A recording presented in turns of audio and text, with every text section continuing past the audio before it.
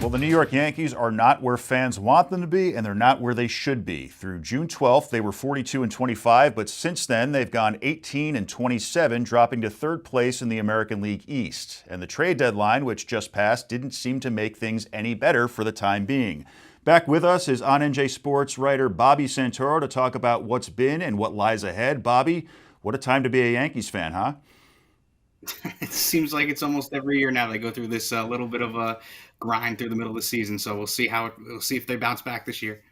Well, Bobby, a big part of the slump can be blamed on all the injuries that happened going back to June. Let's start with the pitching staff. Clark Schmidt is done for the year thanks to Tommy John surgery. Ryan Yarbrough, Fernando Cruz, Mark Leiter Jr., on and on. They already had it bad enough with Garrett Cole missing the entire year because of Tommy John surgery.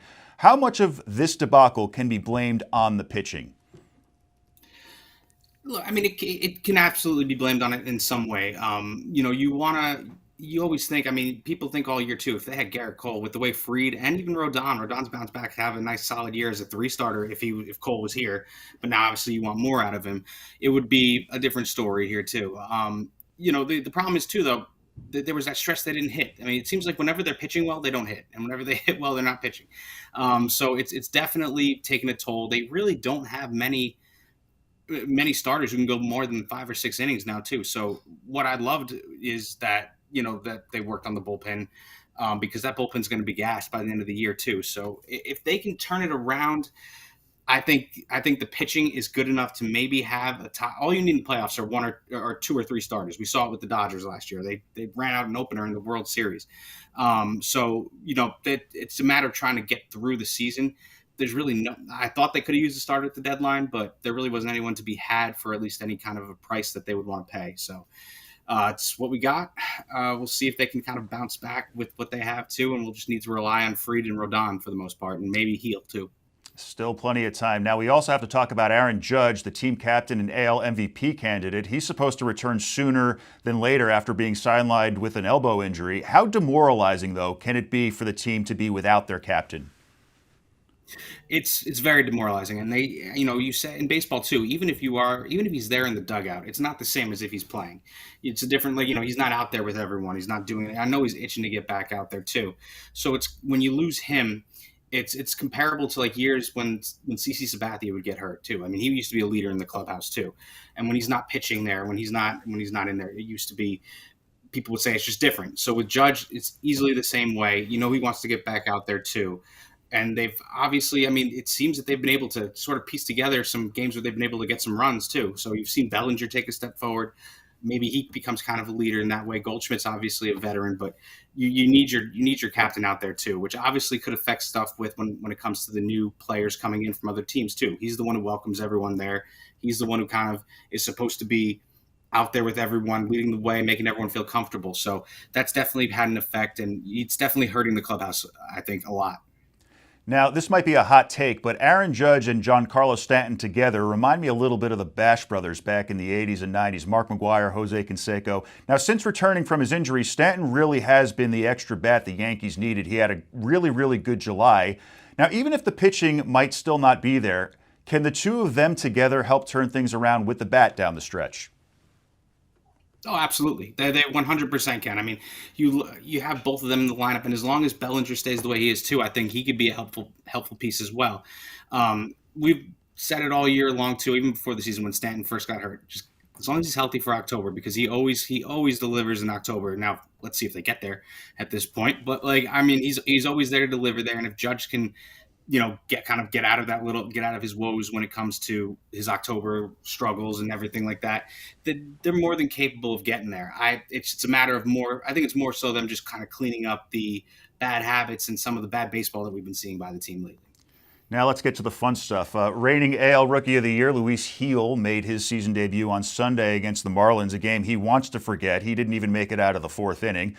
But there was also the issue of fundamentals that whole series. Jazz Chisholm, who's got great talent, ended up getting thrown out at first because he didn't tag up to a pop-up to second base. It was like watching a Little League game. I mean, what was your take on this whole thing? Well, especially as a coach too, it drives me nuts. Seeing stuff like that. It's the mental errors that you just can't take. I love Jazz too. Jazz is one of those players who he can He can lead the way when things are going well. Obviously, he has some of those hiccups. And to be honest, if I'm coaching, I'm not playing him yesterday, even though he hit a home run yesterday, which is great. I mean, that's what you see with him too. You have Jekyll and Hyde with him, but you make a mental error like that. Yeah, I understand that he understands what he did and everything like that, but there's got to be accountability. And this team, for some reason, is lacking that right now. We've seen so much bad baseball from them when it comes to base running, or we saw with Austin Wells a couple weeks ago on that. Not remembering how many outs there were. So it all comes down to just you got to tighten it. You have to tighten everything up, and it's more than just that. It's the leadership of the team too. I'm not saying it's just the manager, but it's everyone. You got to change the mentality. So it's definitely it drives you nuts as a coach who sees it, who tries to harp on that with the players that I coach, and it's something that I hope they can. If they don't touch this up, there's no way they're getting it back to the World Series, or let alone winning it. Now, do you think there are any, it didn't really show this past weekend, but do you think there are any moves the Yankees made at the trade deadline that you think will help them down the stretch? I like the deadline that they had. I mean, it's funny because normally I'm one of them people like shouting like they should have done more, and I thought they did. I thought they did a lot. Everything that they could have done, especially with what the Padres gave up for Mason Miller too. I wouldn't want the Yankees giving up that much. I know I don't want a prospect hug, but at the same time, there are certain for a reliever. I know Mason Miller's under contract for a long time, but you get someone like David Bednar, who again, like you said, did not. Him, Bird, and Duvall did not pitch well the other night. I mean, Duvall kind of gave up the walk-off, and that was something that Caballero, another deadline acquisition, kind of made that error and blew that. But you have those three relievers who can help your bullpen, and we've talked about it. They're human beings. They're coming from another team. They're coming from, Bednar from Pittsburgh, Bird from Colorado. I mean, these are small market teams. You're being thrown right into a pennant race. Not saying that like you want them to be mentally tough and be able to handle that, which I think they are going to be, but especially the first game that they're all just tossed into this game where not only that, but the Yankees were up 6-0 in that game that they blew. And it's like the towel's tightening every single, so you could tell the nerves were going with them. And I think that they're actually going to be okay. I love the Ryan McMahon move now. I mean, I don't know about how it's going to be because people forget McMahon's under contract for 2 more years after this year. So I don't know how that's going to – I don't know if I'm sold on him being the Yankees' third baseman for 2 more years after this, but I love the move now because he seems to provide a spark right now. And, when it comes to Caballero and, and the other moves they made too, I mean, they're all depth moves. So, Rosario, too, is a depth move. It's all just to see Austin or Slater as well. I'm sorry. Yeah. They're all moves that can help out the team in depth. They're not like the big swing moves, the big impact bats, but they're people who maybe have big impact in the postseason, and we'll see what they can do. It was an interesting tactic how they approached this offseason or deadline season, I should say. And the postseason is where it counts. Now, finally, Bobby, Spencer Jones continues to make his mark down in the minors. The Yankees decided to hold on to him. Do you think there's a chance we see him get called up before the season ends?